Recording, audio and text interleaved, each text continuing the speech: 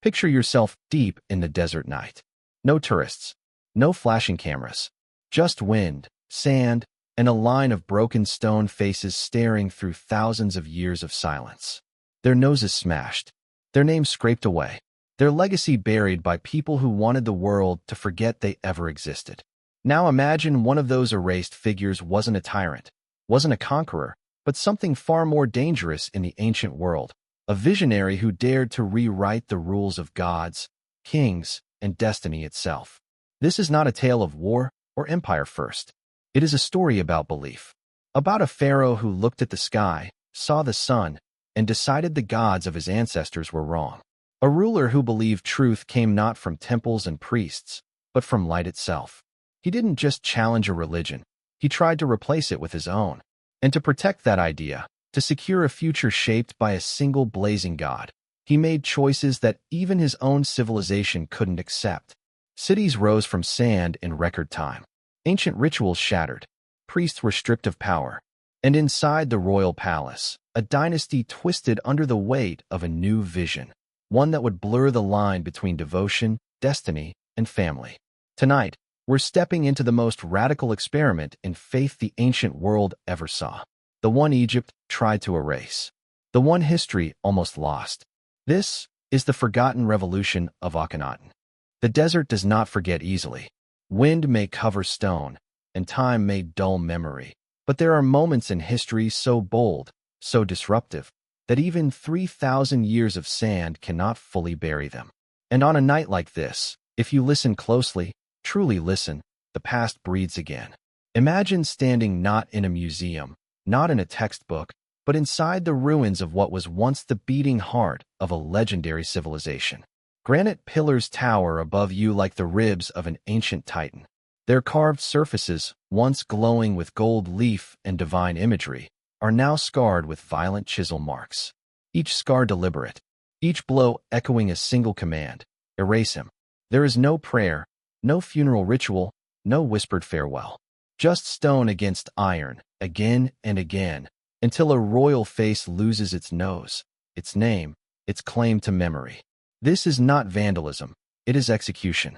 And the victim is not a rebel, a criminal, or an invader. It is a pharaoh, not just any pharaoh, one who dared to question eternal truths, one who challenged the authority of gods worshipped for millennia, one who looked at the radiant sun and declared, "I have found the real divine." His name, before the chisels arrived, was Akhenaten. To the Egyptian state that followed him, he was a heretic. To his own time, he was a visionary. And to us, across the gulf of centuries, he remains one of history's greatest what-ifs. But before we explore his dream, we must first confront the moment it died. Picture this scene. It is 1334 BCE. The sun has just set behind jagged cliffs, turning the sky purple and bronze. Workers move through the temple complex of Karnak by torchlight. They are dusty, tired, and nervous. Their hammers strike stone not with the pride of artisans, but the forced urgency of men carrying out a decree they dare not question. Their torches flicker, casting moving shadows across fallen statues, broken fragments of kings and gods staring blankly at the ground. You taste dust in the air. The smell of crushed limestone clings to your lungs.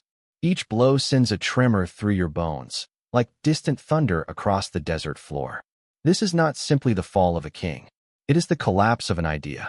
For nearly 2 decades, Akhenaten ruled as if he were the chosen interpreter of the universe, a pharaoh with a mission not just to govern bodies, but to govern spirits.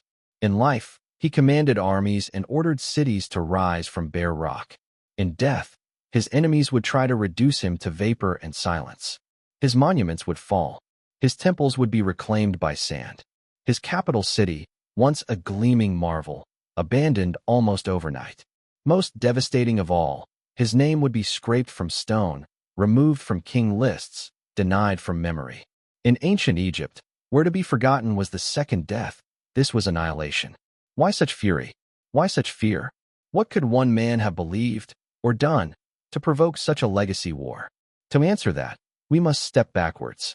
Before the dust, before the chisels, before the silence, we return to the twilight years of another king, Amenhotep III. a ruler of regal serenity and wealth, whose reign was defined by golden temples, diplomatic marriages, international prestige, and the confident rhythm of a stable empire. Egypt at that time was not merely strong, it was radiant. Its gods numerous, its priests powerful, its rituals uninterrupted. Power flowed through two great pillars, the royal palace and the temple of Ammonius, guardian of cosmic order. The state, the economy, even the calendar pulsed with religious ceremony. Every offering, every festival, every stone laid in temple walls reaffirmed a cosmic truth. The gods maintained the world, and the pharaoh obeyed them. Until a young prince began to look at the sky differently. He is not yet Akhenaten. He still bears the name Amenhotep IV, a title honoring the very deity he will soon challenge. But from an early age, he does not fit the mold carved by ancestors.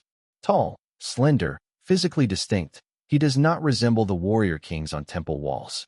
He studies astronomy and theology with equal hunger. He watches the sunrise not as a ritual, but as revelation. While others praise Ammonius Ra, he focuses on something purer, the visible sun itself, the glowing disk that touches all lands and does not hide behind temple curtains. Perhaps he asks questions others avoid. Perhaps he dreams of a simpler truth, untouched by priesthood politics and ritual power. Perhaps he sees light as life, not symbol. We cannot hear his voice. No diary survived. No confession sealed in papyrus. But we can see the consequences of his thoughts. Because when he inherited the throne, he did not continue the world as it was. He rewrote it. He elevated Aten, the sun disk, above all other gods. He challenged not just religion, but the empire's spiritual economy.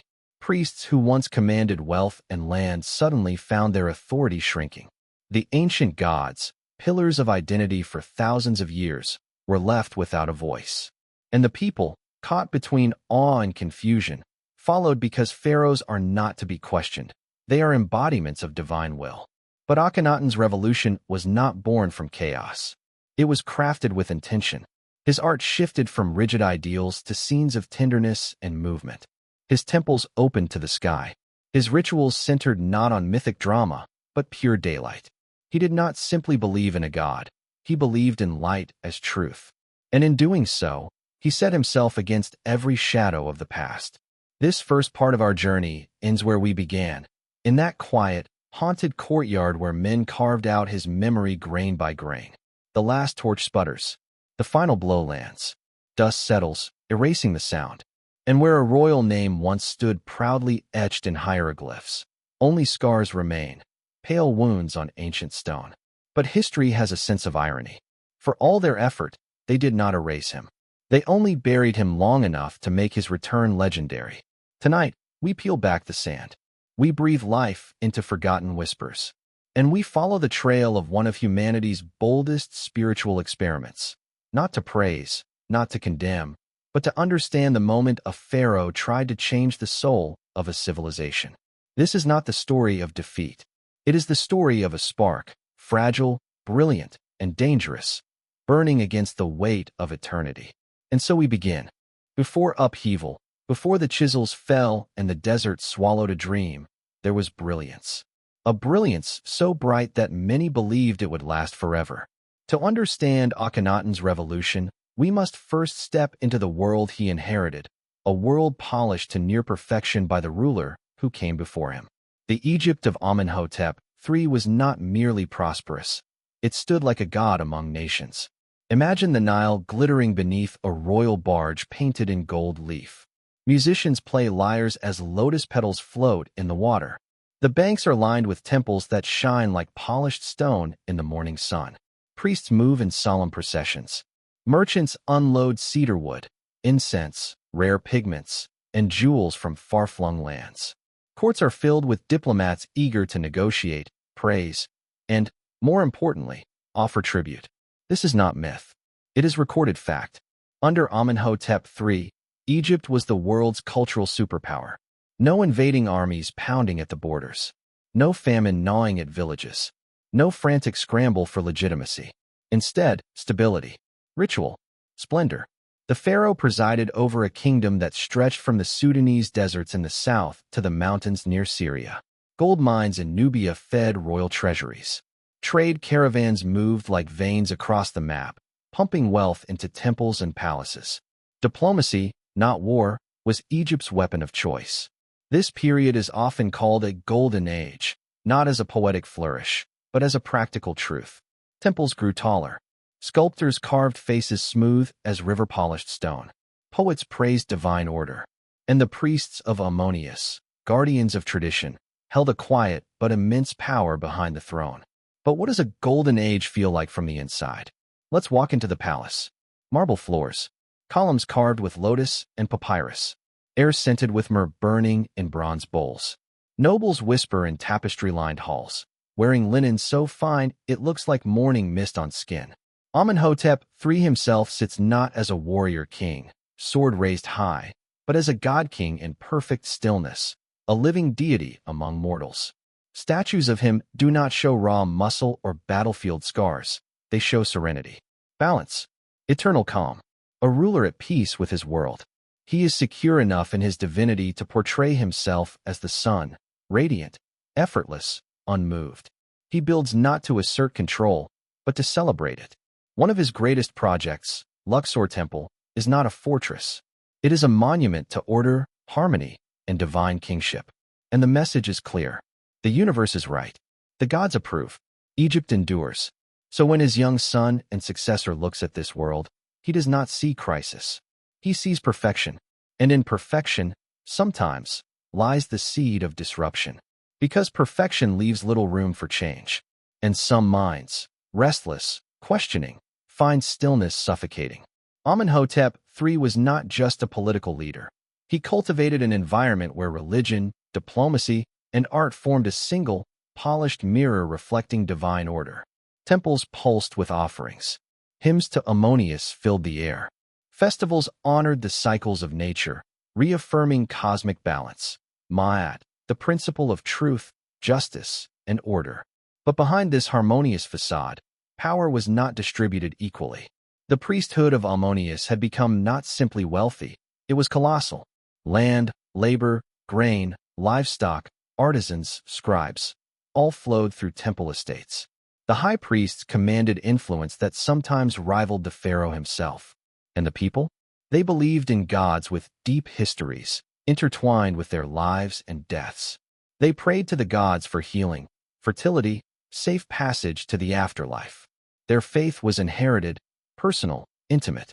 It was into this dense fabric of belief, tradition, and power that a different idea would soon fall like a spark onto ancient linen. Let's return to the royal nursery for a moment. A young prince, the future Akhenaten, grows up in halls lined with images of gods, countless gods, each with temples, priests, myths, stories spanning thousands of years. Egypt's pantheon was not chaos. It was a carefully woven tapestry. But maybe, to a mind hungry for clarity, it felt too crowded. He watches dawn break over the palace balconies. He sees the sun rise every morning without priestly intervention, without sacred words or temple ceremonies. Just light emerging from the horizon, undeniably powerful, undeniably present. Perhaps he wonders, why must divinity hide in shadows and sanctuaries when the greatest power is visible to all? Why do gods need priests to speak for them when sunlight touches every face without permission?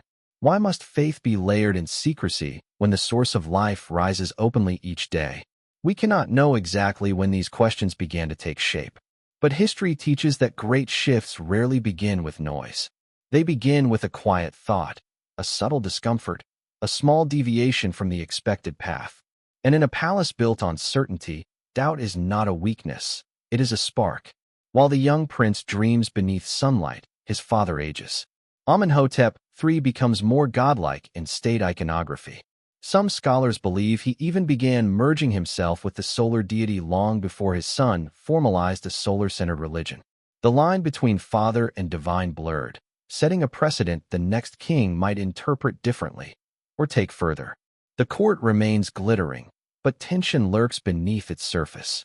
Great empires rarely collapse from enemies alone. They tremble first from internal imbalance. The priesthood grows even more powerful. Diplomacy remains delicate. And somewhere in the palace, A boy watches all of it like someone seeing a familiar play and sensing a missing act.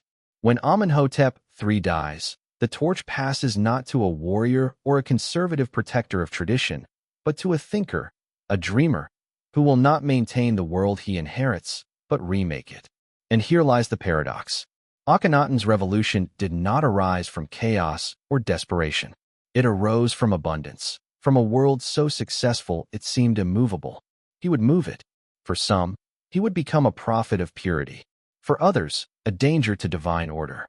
For history, a mystery trapped between genius and rupture. Before we follow him into that transformation, pause and consider this. Most revolutions do not begin in suffering. They begin in certainty, in the belief that there must be a better truth, a higher clarity, a more direct path to meaning. And sometimes, the most radical ideas emerge not from darkness, but from too much light. The sun of a golden age will soon challenge the very gods who shaped it. And nothing, not temple, nor crown, nor memory itself, will remain unchanged. When a dynasty shines brightest, it can be hardest to notice when the ground first shifts beneath its feet. The palace still glitters. Offerings still smoke. The Nile still carries life to every field. But in the early years of Amenhotep IV's reign, the prince who will soon rename himself, something subtle begins to move, like a current pulling beneath the surface of a calm river. No decree, no thunderous speech, just a quiet reorientation of attention toward light. Picture the young king walking through the ceremonial halls of Thebes. Marble floors polished like river ice. High priests in robes of immaculate linen. Statues of Ammonius towering like immovable guardians of eternity. They bow. They praise. They speak the language of tradition. But Amenhotep IV listens differently. Maybe he hears ritual not as eternal truth, but as repetition. Maybe the sacred chants feel heavy instead of holy. The crown he wears fits, yet his thoughts stretch beyond its frame. There is a growing sense, at first only in whispers, that this pharaoh does not share his father's reverence for the ancient pantheon. He is polite, respectful, but detached, as if already facing another horizon. He attends festivals because duty demands it. He honors Ammonius because the throne requires it. Yet when he steps outside Temple Stone and looks up at the morning sky, his gaze lingers a little too long on the rising sun. Is he obeying tradition, or waiting for the moment to challenge it? At this point, no one suspects an upheaval. To outsiders, the empire sails smoothly. Court reports show grain storehouses full, diplomacy steady, and artisans busy with temple commissions. Ambassadors from foreign courts bring exotic tribute and polished compliments. Yet the pharaoh's personal interests begin to drift away from the priesthood's agenda. His attention turns toward architecture and art workshops. He spends unusually long hours in conversation with sculptors, painters, and scribes. Not lecturing them, listening. He asks questions kings are not expected to ask. Why must the king always appear perfect in sculpture? Why must divine scenes be fixed and frozen, never changing? Why do we show gods in shadow, when the greatest power appears in the open sky every dawn?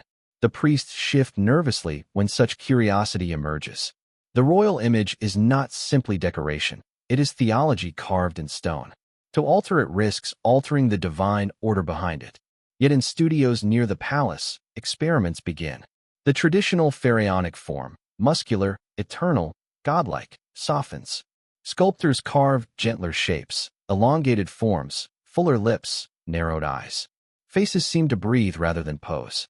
Royal figures are pictured in intimate moments, touching hands, embracing children, sitting together not as icons, but as people. It is a revolution chiseled in silence. No proclamation has been made. But art, in Egypt, is argument. And Amenhotep IV is already rewriting the visual language of power. Inside private chambers, he and his queen, Nefertiti, still young yet poised with quiet strength, are depicted side by side, not distant. Their daughters appear not as symbolic heirs, but laughing children, tugging at earrings, perched on laps, leaning into parents with warmth. To modern eyes, it is touching, human, tender. To ancient eyes, it is startling. For millennia, Egypt has shown kings as gods embodied, remote, immortal, untouched by mundane affection. Now, The king is shown smiling, touching, breathing, living. Some at court whisper admiration. Others whisper worry. If the king looks human, does he remain divine? But Amenhotep IV is not rejecting divinity. He is reimagining it. He begins to elevate the Aten, the sun disk, in artwork and hymns. Rays of light stretch from the disk, each ending in a tiny hand holding the Ankh, symbol of life. This is not the sun as simple celestial body. This is the sun as giver, parent, source of breath and warmth. Where traditional gods hide inside dark temple chambers, Aten floods everything with visibility. Light has no secrets. Light has no priest as gatekeeper.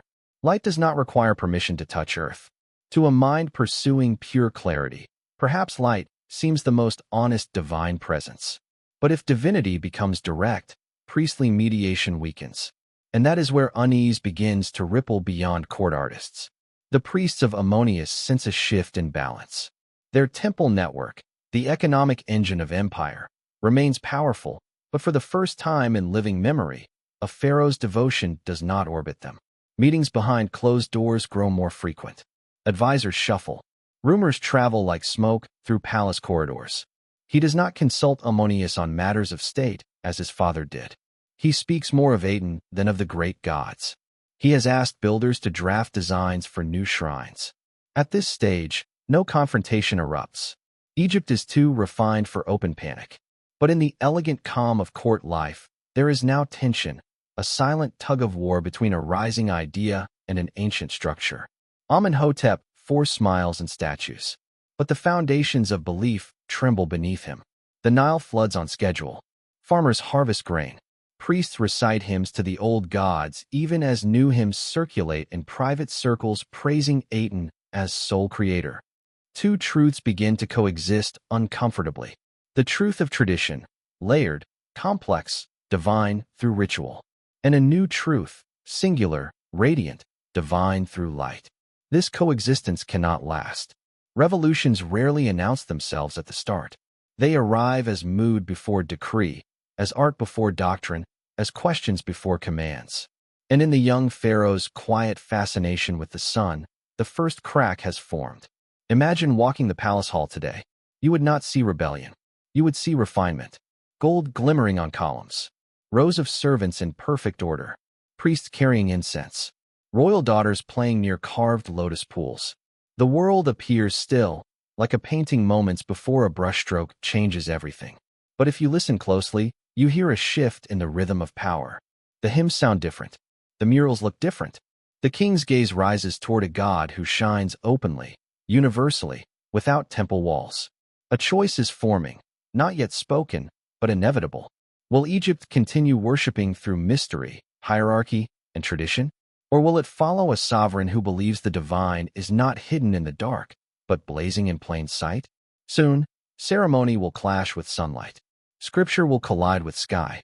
And a young ruler will no longer merely question the order of gods. He will dismantle it. The stage is set. The light grows stronger. Change, once whispered, prepares to speak aloud. Change does not always arrive like thunder. Sometimes it comes as a name spoken softly, and then suddenly, everything else must bend. For the first years of his reign, Amenhotep IV experimented quietly. His thoughts tilted toward Aten, his art shifted, his gaze rose to the sky more often than it turned toward temple walls. But a whisper can only stay a whisper for so long when spoken by a king. Then, in the 5th year of his rule, the whisper became a declaration. Before the court, before the priesthood, before the ancient gods themselves, the pharaoh shed the name that tied him to Ammonius. Amenhotep. Ammonius is satisfied. From that moment forward, he would be known as Akhenaten, effective for Aten, or servant of the Aten. No symbolic nuance. No polite ambiguity. A line drawn in the sand, literal and spiritual. If Egypt had been holding its breath, now it exhaled sharply. Let's pause to understand the weight of this moment. In ancient Egypt, names were not labels. They were identity, destiny, power. To change one's name as pharaoh was not personal branding. It was cosmic realignment. Kings were not supposed to pivot like this. They were supposed to preserve. The royal name lived in stone, in ritual, in memory. Erasing Ammonius from his own name was not just devotion. It was defiance. Imagine if a ruler today erased the founding spiritual cornerstone of their nation from their identity. Courts would stiffen. Institutions would tremble. And that is exactly what happened. The priesthood of Ammonius felt the crack like a tremor beneath temple floors. Their deity, once unquestioned, now stood overshadowed not by another god with temples and statues, but by an idea, a shining, simple, universal principle: light. But Akhenaten did not stop at the power of speech. Words had opened the door, stone would widen it. He ordered shrines dedicated to Aten at Karnak, within sight of Ammonius' greatest sanctuary. It was as if he were challenging the old god on his own sacred ground. Yet even this was not the ultimate break. A revolution this ambitious needed room, literal land, unburdened by history. A new world could not grow in the shadow of colossi built by generations loyal to Ammonius. Thebes was tradition incarnate. Thebes was memory. Thebes was weight. And so, Akhenaten did what few rulers in history had dared. He abandoned the ancient capital, not to a neighboring stronghold, not to a fortified military city, but to empty desert. Between Thebes and Memphis, on a quiet stretch along the Nile where no prior temple claimed dominion, he marked the horizon and declared a new capital by divine inspiration. He named it Akhetaten, the horizon of the Aten. Picture this: a line of royal chariots cutting through open land, banners fluttering in the hot wind, priests of the new cult chanting hymns as surveyors lay out sacred boundaries steely in bare sand. The cliffs rise like massive guardians of a secret.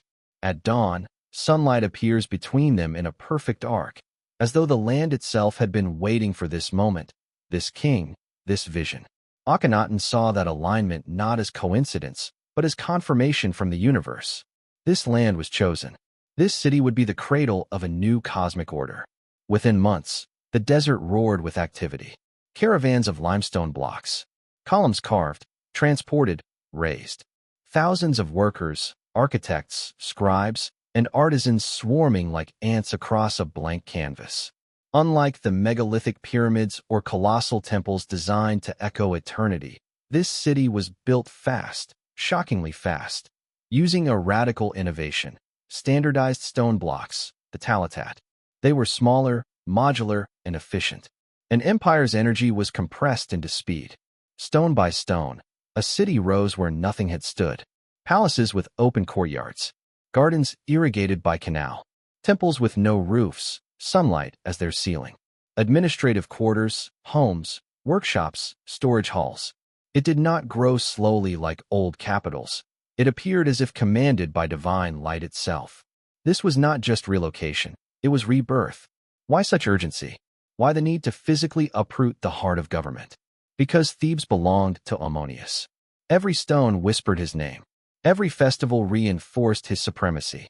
Every priest stood as a pillar of tradition. For Akhenaten's revolution to breathe, he needed distance. Not from the people, but from the past. He was not simply changing theology. He was changing the geography of power. In Akhetaten, he would be more than king. He would be steward of divine light, intermediary of a god needing no temple walls. Architecture followed belief. The great temple to Aten did not hide sacred space behind doors or corridors. It stretched open, stepped levels leading to open courts filled with offering tables, hundreds of them, exposed to sky. Light was the ritual, visibility the sacrament. Every worshiper could feel the warmth. No one mediated it. It must have felt revolutionary, like stepping out of shadow after generations spent in ritual dusk. In art, too, the transformation deepened. If earlier innovations hinted at intimacy, Amarna's style now bloomed fully. Akhenaten and Nefertiti appear not as remote icons, but as partners, raising their children beneath the rays of Aten, whose tiny hands deliver life to their lips. The king does not tower alone. He shares the stage with family, laughter, tenderness, vulnerability. For a moment, royal power feels almost human, and beneath that tenderness lurks intensity, because revolutions rooted in purity often carry urgency. When one believes one has found the true essence of divinity, compromise feels like betrayal. Not everyone followed willingly. Priests of Ammonius saw their influence evaporating. Old nobles feared losing ancestral privilege. Common Egyptians, attached to familiar gods like Hathor, Osiris, and Isis, felt spiritually uprooted. This new faith was pure, but purity can be isolating. Yet Akhenaten did not waver. He wrote hymns praising Aten as sole creator. He removed Ammonius' name from inscriptions where he could, and from the sun-soaked capital rising from dust, he believed he was fulfilling a cosmic vision, resetting humanity's relationship to the divine. While the old world muttered, he built. While tradition bristled, he prayed. And while the desert city rose, a new identity and a new destiny took shape. Stand now at the gates of Akhetaten in your mind. The sun rises between cliffs like an eye opening. The river glitters.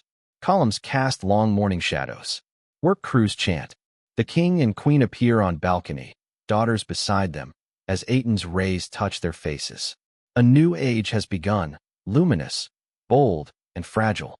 For a moment, it feels unstoppable. A dream as bright as the sun itself. But light can blind as much as it illuminates. And every dawn, no matter how radiant, is followed by a reckoning with the world it seeks to transform. The city has risen. The god has been exalted. And soon, the cost will emerge. For most civilizations, a capital grows slowly, brick by brick, dynasty by dynasty. But Akhetaten was not born through time. It arrived like a revelation. A city willed out of sand by a single belief, that sunlight itself was sacred enough to reshape the world. Now the city lives. If you step inside it at sunrise, you feel the heartbeat immediately. The first rays break over the eastern cliffs, washing the city in gold. Everything, from palace to simple house, is oriented toward light. The streets, the temples, the royal balcony, all built to receive the dawn with open eyes. Before a rooster crows, before a pot stirs on a cooking fire, priests of Aten gather. There is no hidden chamber, no inner sanctum where only elite may enter. Instead, open courtyards stretch wide like stone fields, filled with offering tables, bread, fruit, flowers, incense, all awaiting the sun. And then it rises. Sunlight spills across offering slabs. Priests raise their arms. The royal family appears, Akhenaten, Nefertiti, and their daughters, framed by sunlight, as if woven into it. They stand not in shadow, not behind veils, but exposed fully to the sky. This is worship without mystery. No torchlight, no incense-thick darkness, no statues veiled and unveiled through ritual cycles. The sun is the god, and the world is the temple. Aten does not hide. This morning ritual echoes through the city like a tide marker.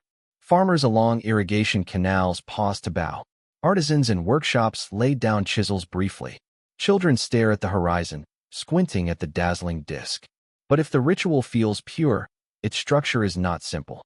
Akhenaten remains central, not as general, not as warrior, not even as traditional god-king, but as the voice of light. His posture, his hymns, the delivery of offering. Every gesture affirms his role as interpreter of the divine. Aten may not hide, but access still flows through the king. Revolution does not dissolve hierarchy. It rearranges it. And here, divinity streams downward through one family like sunlight through an open shutter. Beyond ceremony, daily life in Akhetaten feels unlike Thebes. The palace is open air, filled with gardens and colonnades where painted vines twist along walls. Birds imported from Nubia flutter in enclosed aviaries. Pools reflect the sky, water rippling like living glass as attendants fan the royal family with palm leaves. Across the street, officials hurry to central administrative halls. The city's layout keeps government near the palace, clustering scribes and bureaucrats close to power. Papyrus documents, taxes, letters from abroad, all flow through these chambers. And yes, diplomacy continues here, but differently. Foreign envoys do not step into towering halls of Ammonius, eyes cast downward in divine dread. Instead, they arrive in a city glowing under open sky. They witness royal daughters laughing in garden courtyards. They see the king as father of daughters, not just ruler of armies. Some are impressed. Some are confused. Some leave uneasy. Softness in a capital can be a signal of confidence or vulnerability. Time will reveal which this truly is. Walk through the artisan district and you hear change chiseling itself into permanence. Sculptors carve elongated forms, human, warm, imperfectly perfect. Their models are not faceless gods but the king himself, his queen, his children. Workshop walls hang with sketches of domestic scenes. The royal family eating fruit, holding hands, playing with infants. Carved stone babies reach toward sunlight. Fingers curl like real fingers. Faces squint instead of stare blankly. And that is exactly the point. Art is no longer eternal symbol. Art is moment. Art is breath. To many Egyptians, this must have felt startling. A shock of realism after centuries of divine abstraction. But prophets do not change one thing. They change everything the moment they change anything. For ordinary citizens, life buzzes with ambition. Growing cities are engines of opportunity. Bakers, potters, masons, scribes, all find work. Young families move into mud brick homes, arranged neatly along streets with courtyards and storage rooms. Children run past water vendors and guards in linen kilts. The city hums with the sound of civilization being lived rather than simply imagined. Yet beneath optimism lies a quiet truth. Akhetaten depends on royal will. The capital exists not because geography demanded it or resources attracted settlers, but because one man decided sunlight belonged here. And what one will builds, another could abandon. Walk farther, and you enter a quieter district where tombs begin to etch into surrounding cliffs. Even funerary spaces reflect the new theology. No Osiris enthroned. No Anubis weighing hearts. Instead, scenes show Aten's rays cascading upon the deceased. Eternal life is still promised, but now through sunlight and royal favor, not through ancient ritual gods. It is a spiritual shift so radical that even scribes, trained across generations in funerary formulas, must relearn how to speak of death. New religion means new language. New language means new afterlife. But change, even divine, can be uncomfortable. A farmer may still whisper a quiet prayer to Isis when no one watches. A mother may still place a small amulet of Bes beside her baby's cradle at night. Belief does not surrender easily, even to sunlight. Meanwhile, inside the palace, the royal family continues to redefine power. Akhenaten and Nefertiti appear side by side in ceremony, not wife behind husband, but co-rulers in posture, if not title. Their daughters, not sons, populate official imagery. Their presence is not merely symbolic. They represent lineage, divine favor, the continuation of light. Some admire this as a tender model of royal life. Others see a dynasty without male heirs as fragile. Both can be true at once. In this city, contradictions live everywhere. The worship is open air, yet authority is centralized. The art is intimate, yet ideology demands devotion. The sun touches all, yet truth flows from one figure. Revolutions often promise equality but deliver centralization. Atenism is no exception. Still, for now, hope reigns more loudly than doubt. The city is new. The king is certain. The future feels radiant, as if Egypt has stepped into a second dawn. As evening falls, the city breathes again through ritual. The sun dips. Shadows lengthen across limestone. Rooftops glow peach and violet. Children's laughter fades into the hum of insects. Priests gather once more, voices soft, acknowledging light's departure and trusting its return. The royal family stands before the horizon, silhouetted, not defiant, not fearful, simply waiting. For a civilization that built eternity inside stone, this daily cycle, this surrender to nature's rhythm, feels strangely humble. Goodness is not stone and secrecy, it is warmth and visibility. Or so Akhenaten believes. Night settles, lanterns flicker, sand cools, and in the quiet, an unspoken tension hangs. Can a city built on faith in the sun survive the shadows of human doubt? Tomorrow will answer, and the day after that, until a different dawn arrives, one the king does not expect. Revolutions rarely collapse in a single dramatic moment. They unravel quietly first, thread by thread, long before anyone hears the fabric tear. At Akhetaten, sunlight still floods courtyards every morning. Priests still raise their arms toward the horizon. The royal family still appears at balconies, radiant and composed. But beneath the blinding glow of Aten, something begins to shift. Not overnight, not loudly, but undeniably. The first signs are subtle, almost ordinary. A missing caravan of grain. A delayed letter from a foreign vassal. A rumor carried by a merchant from Thebes that some priests there still whisper prayers to Ammonius in secret chambers. Small things. Harmless, until one notices the pattern. Great cities do not fall to enemies first. They falter within. And the most fragile point of Akhenaten's bold new world is not stone, nor temple, nor sunlight. It is distance. Distance from tradition. Distance from the priesthood. Distance from the military machine that once made Egypt feared across continents. Akhetaten is beautiful, inspired, sacred in its simplicity, but it is also isolated. The king has cut himself free from the old capital, from the old temples, from the old networks of power. Visionaries see beyond their time, but sometimes they also stop seeing the world outside the horizon they love. Reports arrive from the north, from the coastlands and hill cities of the Levant, where Egypt once held strong influence. Petty kings write anxious letters begging for troops, for archers, for gold to secure their loyalty. Enemies stir. Rivals test borders. Allies grow impatient. In Thebes, priests of Ammonius watch. They do not strike, not yet. Such power seldom moves hastily.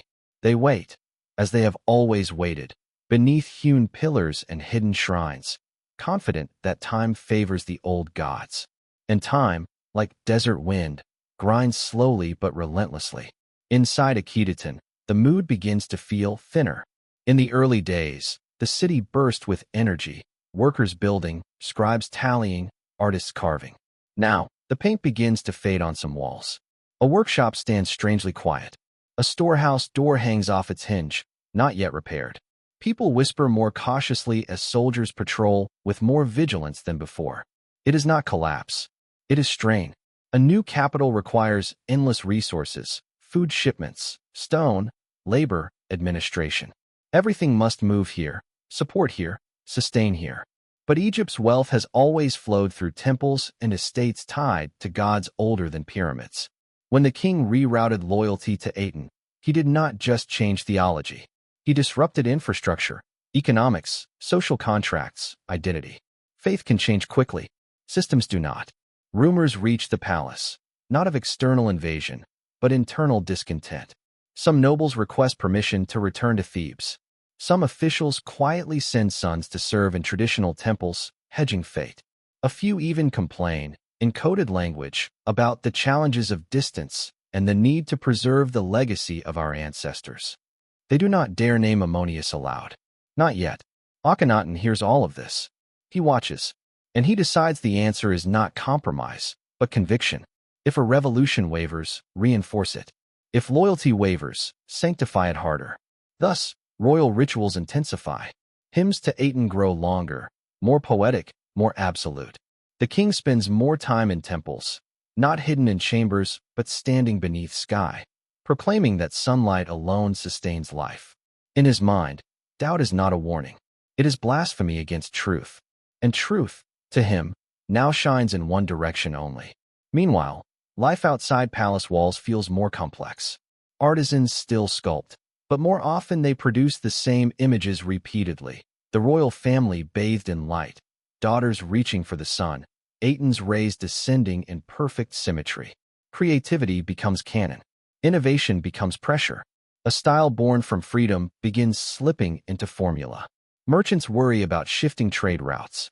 Soldiers murmur about declining readiness. Ordinary citizens quietly wonder whether their afterlife remains safe without Osiris watching over tombs. Belief is not just worship, it is comfort. Change brings light, yes, but also uncertainty. And humans fear uncertainty more than darkness.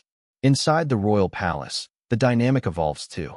Akhenaten grows more devoted, more intense, more internal, as if the further the world moves from his vision, the more fiercely he clings to it. He composes hymns to Aten, speaks of universal divine love, cosmic unity, and destiny. He does not rage or shout. That is not his style. He withdraws, inward, upward, toward light. Nefertiti, once so centrally visible, remains prominent but begins appearing in new roles, diplomatic, ceremonial, almost sovereign in her own right. She reassures officials, calms worries, hosts foreign messengers who sense tension but smile politely. Sometimes, revolutions balance on two minds, one visionary, one stabilizer. Yet even stabilizers cannot halt tides alone. Foreign envoys come with troubled faces. Hittites expand aggressively in Syria. Vassal states claim rebels rise. Requests pile up, but the king rarely answers with troops. Instead, he sends blessings. Sunlight, he believes, heals nations as it heals souls. But sunlight cannot garrison cities. Faith cannot patrol borders. And hope does not replace strategy. Soon, enemies learn what allies already whisper. Egypt's sword is still sheathed, and perhaps rusting. History rarely punishes idealism. It punishes idealism without preparedness. Within temple courts, offerings remain plentiful, fruit, bread, flowers. Yet there is a quiet math behind them. Every basket of grain given to Aten is grain not offered to temples of the past. And the old gods are hungry not for food, but loyalty. Religious shifts are not abstract. They live in stomachs, ledgers, and fields. Even children in Akhetaten begin sensing a divide. Some play in sunlit courtyards, reciting new hymns. Others cling to clay figurines of Bes or Taret, household gods of protection, hiding them when elders pass. Revolutions do not erase heritage in one generation. They wrestle with it inside every home. Yet for all the strain, something undeniably beautiful still lives in the city: sincerity. Many believe still. Many hope still. Many feel illuminated, transformed, uplifted by a God visible to all. Light is not dimmed. Only shadows have lengthened. And that is how decline begins. Not through darkness, but through uneven light. Places too bright blind. Corners too dim hide truth. In between them lies confusion. Stand again in the heart of Akhetaten at dusk. The sun dips. Rays soften. Priests chant. Children fall quiet. Even the desert wind lowers its breath. The royal family stands silhouetted, serene and solemn, as the last sliver of sunlight slides behind western cliffs. And in that moment of deep, sacred hush, a question hangs unspoken in the cooling air. What happens when the light you worship cannot protect you from the world that still exists beyond its glow? Tomorrow will come, and so will letters from the frontiers, and whispers from Thebes, and the weight of a universe older than any one man's vision. The sun sets beautifully in Akhetaten, but beauty cannot delay consequence forever. Every kingdom looks strongest at noon, when the sun is highest, shadows shortest, hope brightest. But noon never lasts, and in Akhetaten, the hour begins to lean. The city still glimmers. Hymns still rise. Priests still greet Aten with open arms. Yet something else rises too, quiet, heavy, unavoidable. The question of succession. In ancient Egypt, the future is not abstract. It has a name, a bloodline, a body that stands ready to receive the crown. Dynasties survive through sons, through heirs trained in ritual, war, and statecraft. But Akhenaten and Nefertiti's world is different. They have daughters, 6 brilliant, beloved girls, shown constantly in art, embraced in public, symbols of warmth, life, and divine favor. And then comes silence where a son would stand. To most Egyptians, this is not just unusual, it is dangerous. Stability flows through lineage. Continuity through male inheritance. Divine kingship requires someone to become the next living bridge between gods and people. Yet Akhenaten's court does not mirror tradition, it mirrors belief. If Aten gives life directly, why can't a new model for succession arise? Why must gender define sacred authority when sunlight itself touches all equally? These are philosophical questions, bold, idealistic.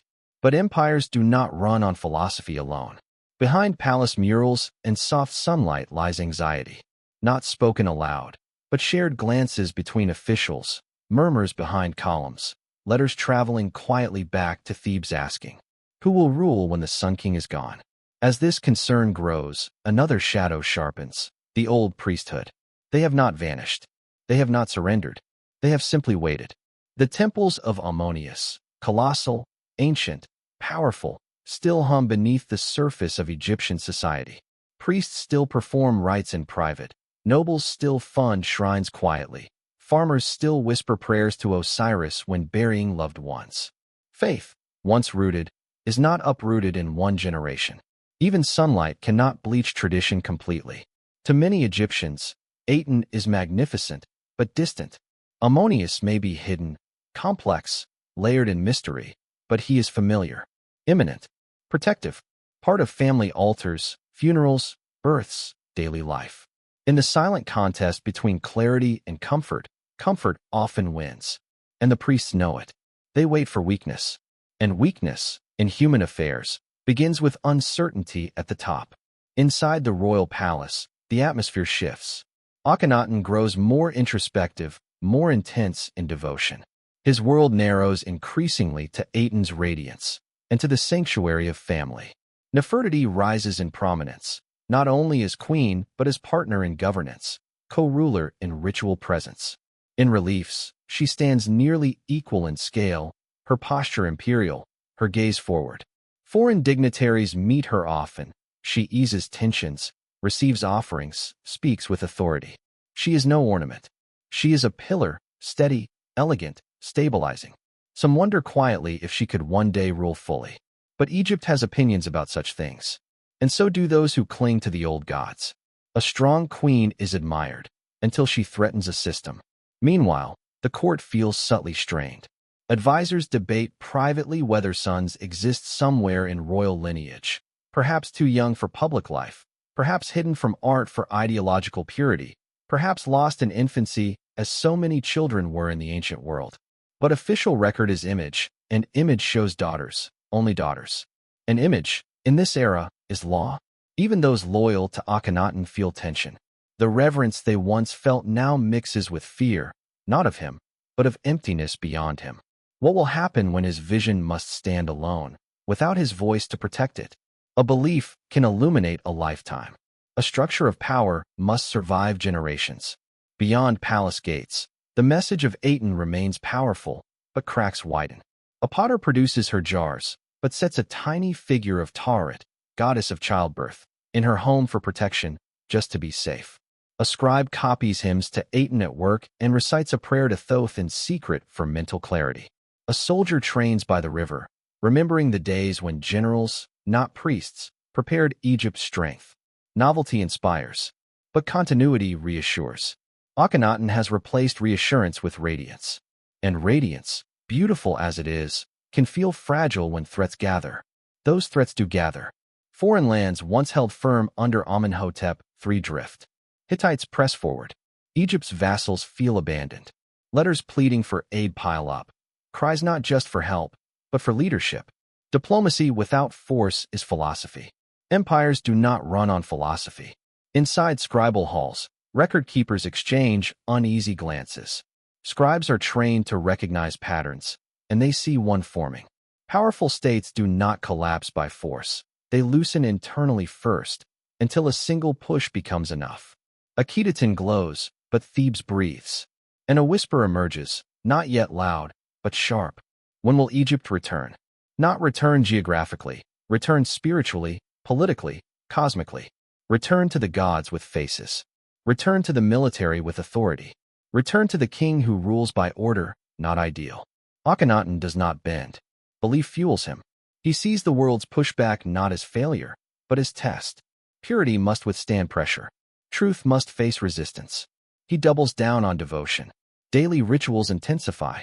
Art grows even more focused on the divine family and the sun. Hymns extend, soaring poetic invocations to light as universal creator. It is transcendent. It is sincere. It is absolute. But absolute truth is demanding. And demanding truth isolates. Even nature seems to hint at strain. River levels fluctuate. Harvests waver. Officials debate resource allocation. Work slows at some city edges. Unfinished homes, half-carved pillars, scaffolding left idle. Nothing catastrophic, yet. Just subtle weakening, like hairline fractures spreading through a statue's base. Artists still carve joy, but in real streets. Merchants count coins more carefully. Mothers save grain more anxiously. Guards scan horizons more often. The sun still rises, but shadows begin to stretch earlier each day.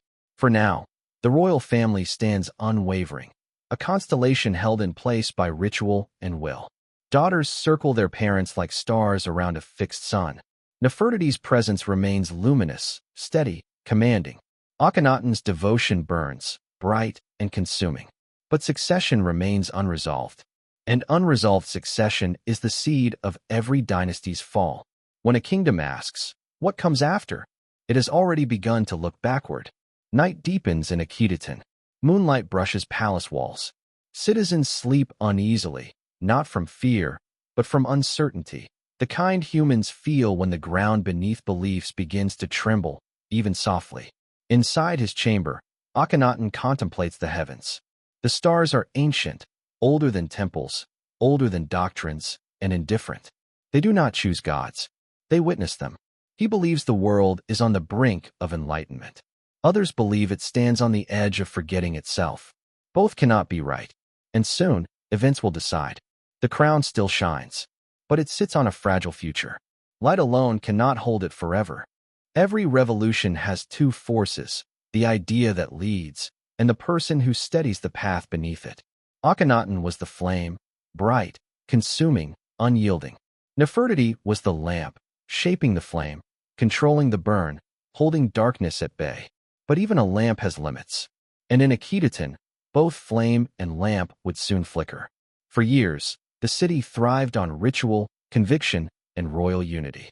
Akhenaten and Nefertiti appeared inseparable, together on balconies, together receiving light, together guiding a world reborn.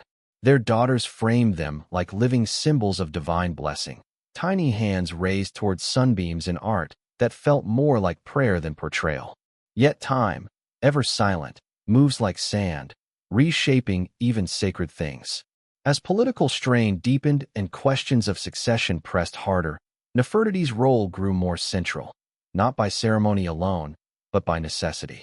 She soothed ambassadors who arrived with concern masked as courtesy.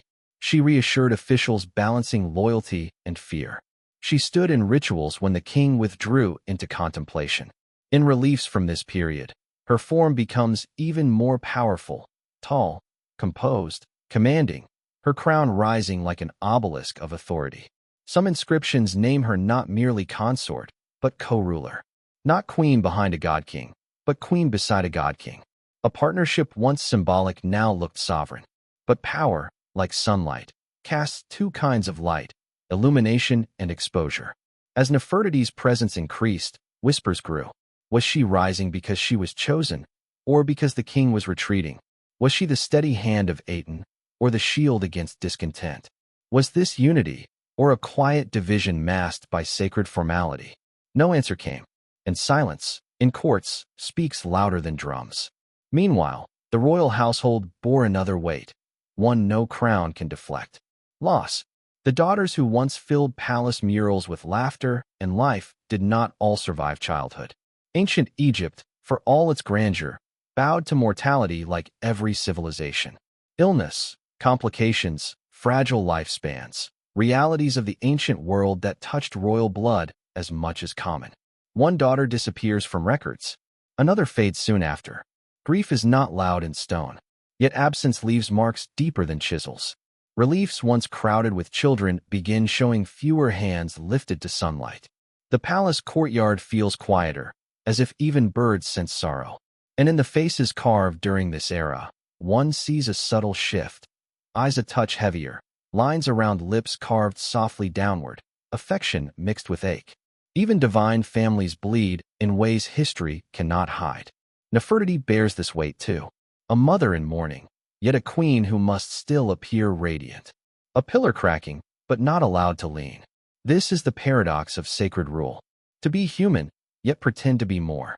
Loss did not shatter the city, but it softened its edges, weakened its certainty, dimmed its brilliance. Then, a change more puzzling than grief arrives. Nefertiti, the face of the revolution, the balancing force beside the king, begins to vanish from public depiction. Not suddenly, but gradually, like a star dimming in a slow eclipse. Her name appears less often. Her figure recedes from temple reliefs. Her presence in ceremonies fades. Historians still debate why. Did she die? Did she fall from favor?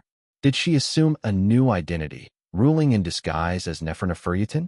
Or did she step into power beyond public sight, governing while the king dissolved into devotion? We cannot know with certainty.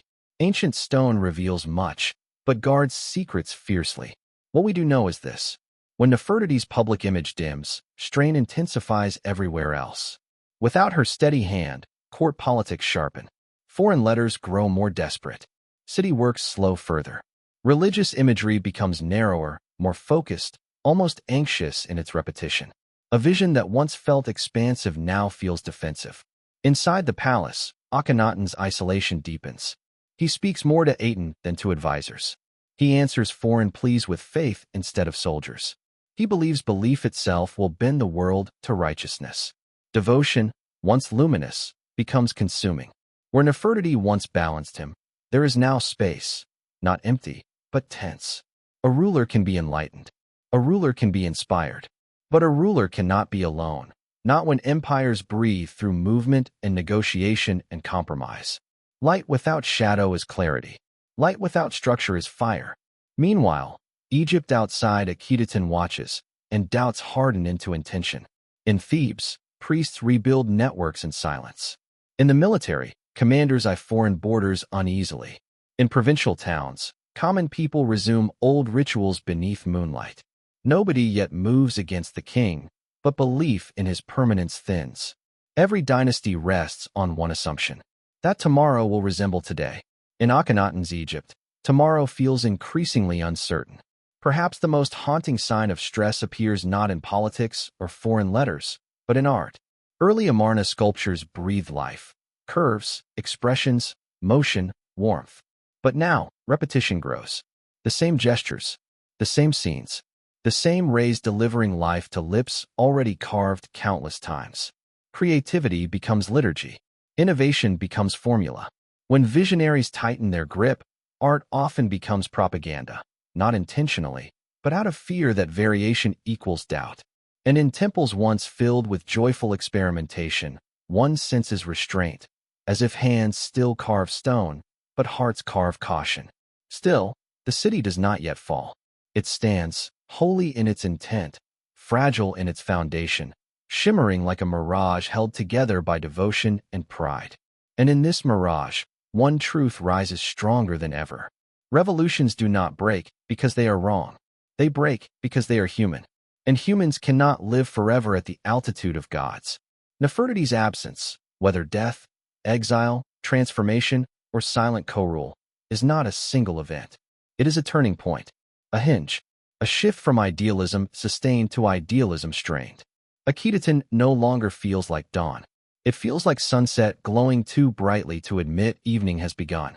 As night falls, we return to the balcony overlooking the sacred city. Where once two figures stood together, now only one remains.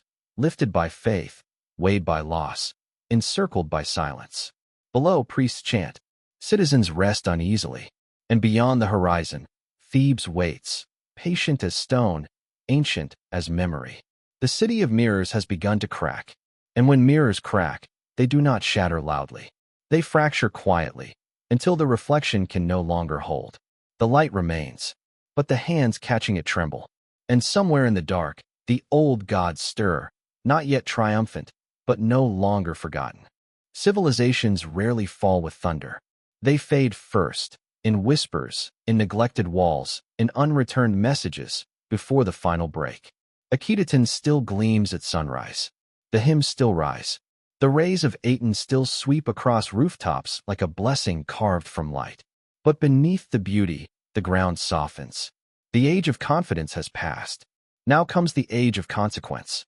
News arrives from the edges of empire, brittle, urgent, undeniable. Cities once loyal to Egypt slip away, one by one. Rival powers push borders inward like tightening fists. Allies plead not for gifts, but for soldiers, protection, the old promise of Egyptian might. They receive tablets of blessing. They need battalions of bronze and chariots. Once, Egypt answered such calls with armies that thundered across valleys. Now, dispatches return not with marches, but with prayers. A revolution that claimed the sun now struggles to light its own roads. Inside Akhetaten, tension thickens like summer heat before a sandstorm. Administration slows. Storage houses report shortages. Workshops that once hummed with creation stand half idle. Streets still bustle, but unease hangs above them like dust that refuses to settle. Officials walk more quietly. Merchants count grain more carefully. Soldiers drill with tighter jaws. Watching horizons they fear may soon bring riders, not traitors. It is not panic. It is something more dangerous. Awareness. A city can endure fear. It cannot endure certainty that strength is fading. Akhenaten remains steadfast, or perhaps more accurately, inward. Faith, once broad and visionary, now becomes personal refuge. His hours deepen in temple courtyards, face lifted toward sky, seeking answers in rays rather than reports. To him, external troubles are noise. True danger lies not outside, but in faithlessness within. If allies fall, then their devotion was weak. If borders strain, then the army lacks spiritual purity. If doubts spread, the fault lies not in doctrine, but in belief. Conviction becomes armor and cage at once. Where others see urgency, he sees test. Where others see crisis, he sees purification. But belief does not move chariots, nor fill granaries, nor pacify worried generals. The court fractures quietly. Some advisors remain loyal, convinced history will vindicate this vision. Others withdraw into cautious neutrality, preserving position over ideology. A few take subtle steps to reconnect with priests in Thebes, letters in code, consultations in secrecy, contingency disguised as piety. Old gods do not march. They wait, and waiting gods often win. Meanwhile, soldiers, once symbols of empire, now feel like shadows of a forgotten age. Their armor dulls. Their commanders hesitate. The army that once carved Egypt's name across continents now feels distant, almost ceremonial. A sun-based world is peaceful, but peace without readiness is an invitation. Beyond the desert's edge, rivals sharpen bronze in silence. Inside palace walls, the royal household tightens like drawn linen. Nefertiti, once balancing vision and reality, remains absent from clear record, a silence heavy as stone. Whether she rules behind a veil of new titles, or is gone, or simply pushed out of sight by shifting power, history leaves ambiguous. Her absence echoes, not dramatic, but enduring. Daughters, symbols of divine life, appear less often in art. Household corridors grow quieter. Joy retreats into privacy, replaced by ritual fatigue. Even the palace gardens, once blooming symbols of life under Aten, now feel still, petals falling unnoticed on warm stone. Not ruin, not despair, but thinning, as though breath still fills the body, but not fully. And then, in the midst of fading certainty, death comes to the man who built a city from light. Akhenaten leaves the world not in battle nor in public, but in quiet, the way many visionaries exit, exhausted by worlds only they could see fully. There is no dramatic rebellion at his bedside, no coup in the courtyard at the moment of passing. Just stillness. A chapter closing softly, in heat and silence. Yet when a sun sets, the horizon changes instantly. And Egypt, waiting to breathe again, inhales sharply. This is the moment earthquakes begin. Power cannot pause, especially when a system depends on one voice. In the uncertainty that follows, a shadowed figure steps forward, Nefertiti. Some believe this is Nefertiti under a new royal name. Some argue it is a daughter assuming power. Some think it a transitional regency. No answer survives fully. The record bends, as history often does when power flickers fast. What we do know: attempts continue to hold Aten's world intact. Ceremony persists. Reform softens, but does not break immediately. But revolutions rarely survive the death of their architects unless institutions replace personality. Here, the belief was the person. The structure was the family. And the family has thinned, strained, changed shape. The sun still rises, but not with the same command. Then comes the child who will become legend not for conquest, but for restoration. Akhenaten, soon to be Tutankhamun. A boy, too young to rule, guided by ministers who have weathered the storm and understand the ancient pulse of the Nile. They see what must happen. Stability returns not through new faith, but through old roots. Courtiers turn back toward Thebes. Temples of Ammonius breathe again. The court abandons Akhetaten. Caravans leave the city behind like a dream dissolving at sunrise. Even the royal name shifts, a powerful signal. From honoring Aten to honoring Ammonius. Not rebellion, restoration. In Egypt, eternity has a shape. and it prefers continuity to light-borne disruption. The city does not fall with flames. It empties. Windows shutter. Workshops close. Columns stand untouched by worship. Wind begins reclaiming courtyards that once echoed hymns. Sand drifts across murals once meant to redefine creation. Goats wander through dusty avenues where priests once praised the sun. Starlight replaces torchlight. Akhetaten becomes a skeleton of belief, the only city ever built for light alone, now left to the desert that swallows all things without memory. Revolution ends not in destruction, but in abandonment. Light does not explode. It fades. Years later, kings erase names. Priests carve over inscriptions. Blocks from temples are reused in new monuments. Dust buries foundations. The world pretends this chapter never existed. But the desert does not forget. Ruins wait. And one day, centuries later, archaeologists uncover this city of sunlight, revealing not failure, but audacity. Akhenaten's world did not survive, but it dared. It asked questions beyond its age. It believed beauty could replace power, faith could replace armies, vision could replace memory. History rarely rewards dreamers in their moment, but it remembers them unexpectedly. The Sun Kingdom fell, yet the story rose again, not as triumph, not as warning, but as wonder. A civilization once attempted to live entirely in the light, and that light still glows in stone. When a city dies, it rarely screams. Most simply exhale, slowly, until the world forgets they ever breathed at all. Akhetaten did not burn. It did not fall to sword or siege.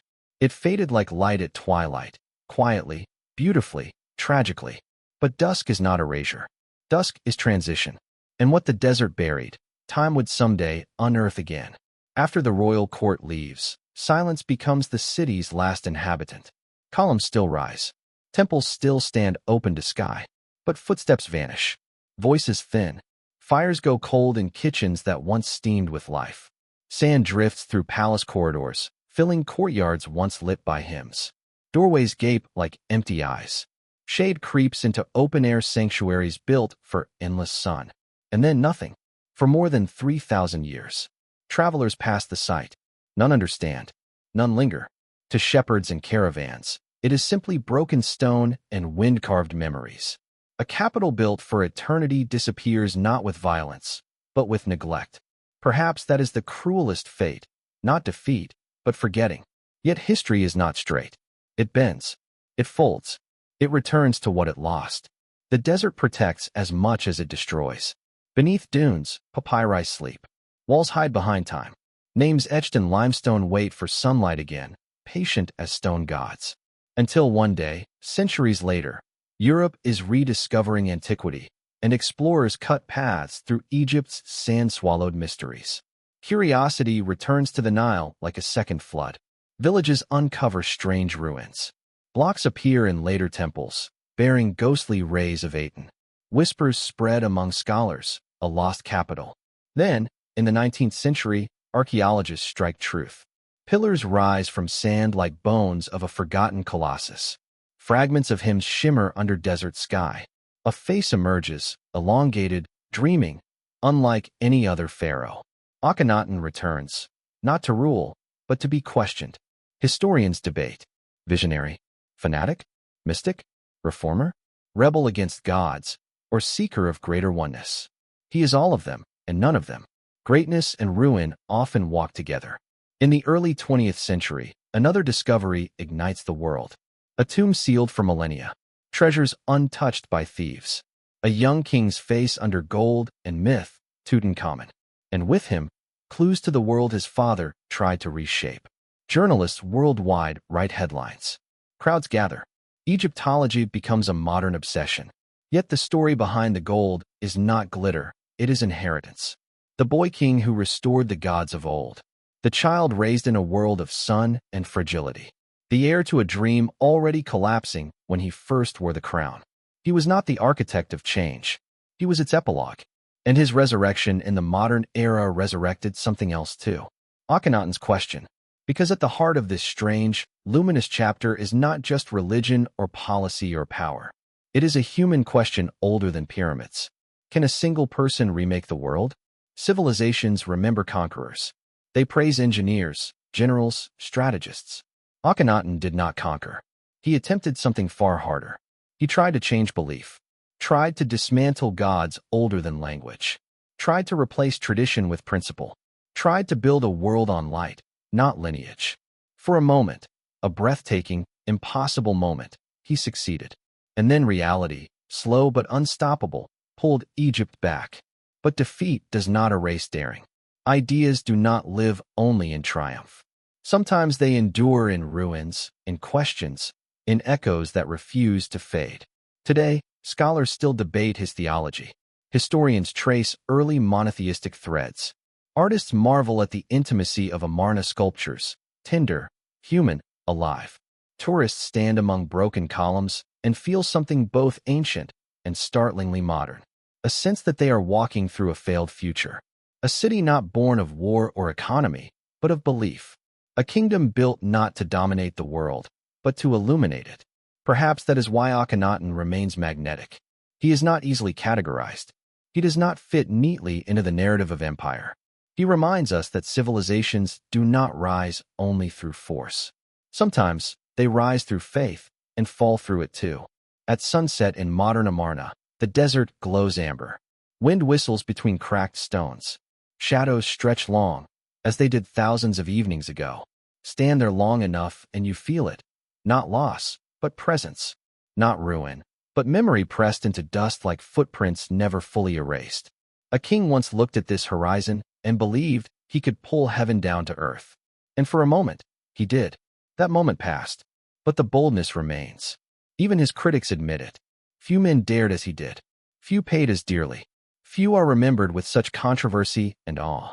In the end, Akhenaten's kingdom did not survive, but his story did.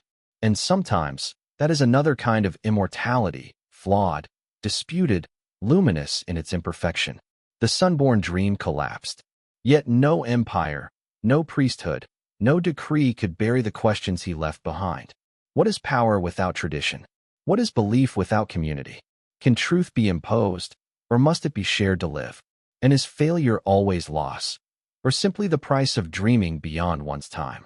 History offers no verdict, only echoes. The city is dust. The god is silent. The king sleeps. But light, the thing he worshipped, still rises each morning over broken stones, warming them like a promise whispered across centuries. Even fallen worlds leave sunlight behind.